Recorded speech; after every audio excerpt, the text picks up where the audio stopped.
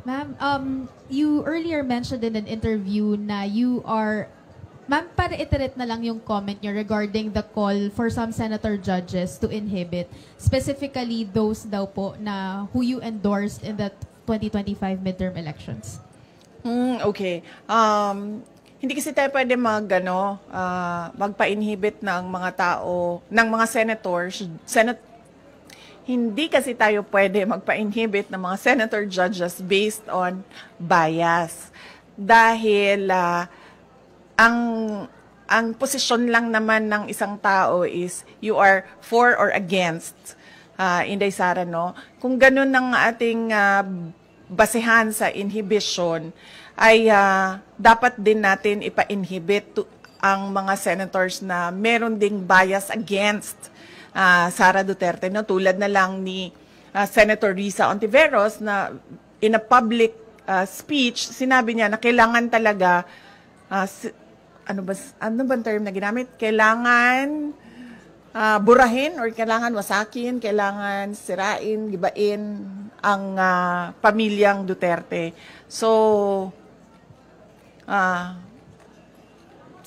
kung ganon, na magpa-inhibit tayo based on bias, ay madaming senators ang ipapa-inhibit for or against Sara Duterte. Kaya sinasabi ko, ibigay na natin yung benefit of a doubt dyan sa ating mga senator judges na gagawin nila ang trabaho nila ng patas according to sa sinumpaan nila as senator judges.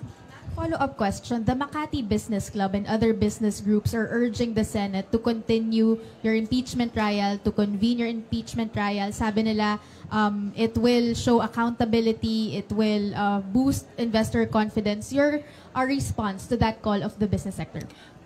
Kahit nandyan o wala yung impeachment, wala na talagang investor confidence dito sa ating bayan. Kung nakikita nyo, bagsak ang foreign direct investment sa ating bayan, no? Kaya wag nila ako gawing rason kung bakit pangit ang takbo ng ating ekonomiya ngayon sa ating bayan. At saka, this is not accountability because impeachment, dalawa lang yung penalties dyan. Removal from office, tsaka perpetual disqualification from government service. Walang penalties dyan dahil walang kaso dyan.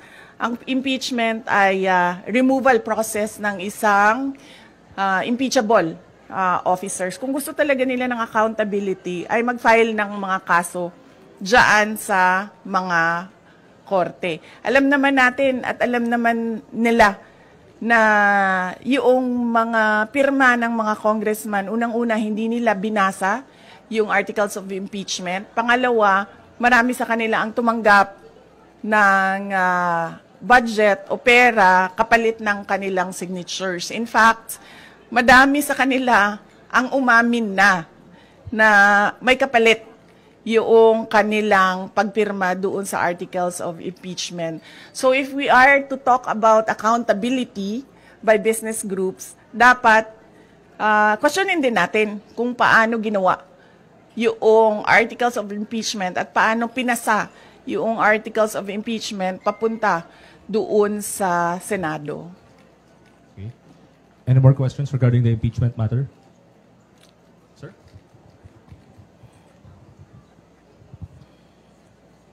BP, good afternoon. So, haharap ka ba sa Senado dahil nag-issue sila ng summon? Hindi ko pa kasi, sir, pagkakaalam kung kinakailangan ang personal appearance. Yun ang hindi ko alam dahil hindi ko nabasa yung summons. Yung summons namin ay nandoon sa mga abogado at sila yung magdidesisyon kung ano yung gagawin doon sa summons.